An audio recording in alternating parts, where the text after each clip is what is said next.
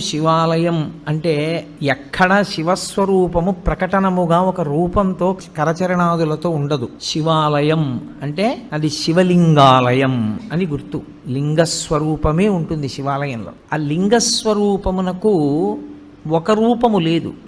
లింగము ఇలాగే ఉండాలి అని నిర్ణయమేం లేదు. చిన్న లింగం ఉంటుంది, పెద్ద లింగం ఉంటుంది, చాలా పెద్ద లింగం ఉంటుంది, వివిధ పదార్థములతో చేయబడినటువంటి శివలింగాలు ఉంటాయి. కొన్ని పడుకున్న లింగాలు ఉంటాయి, కొన్ని కూర్చున్న లింగాలు ఉంటాయి, కొన్ని నిలబడిన లింగాలు ఉంటాయి. శివలింగాన్ని నిర్మాణం చేసినటువంటి తీరును బట్టి ఆ శివలింగం పడుకుందా, నించుందా, కూర్చుందా కూడా చెప్తారు. అటువంటి శివస్వరూపంలో శివాలయంలో లింగము అని ఉంటుంది. అసలు ఆ లింగము అన్న మాటకు అర్థమేమి అన్నది సక్రమంగా అర్థమైతే శివాలయానికి అసలు మనం ఎందుకు వెళ్ళాలి, ఎందుకు దర్శనం చెయ్యాలి, దర్శనం చేసి మనం పొందేటటువంటి ప్రయోజనం ఏమిటి అన్న దాని మీద ఒక అవగాహన ఏర్పడుతుంది.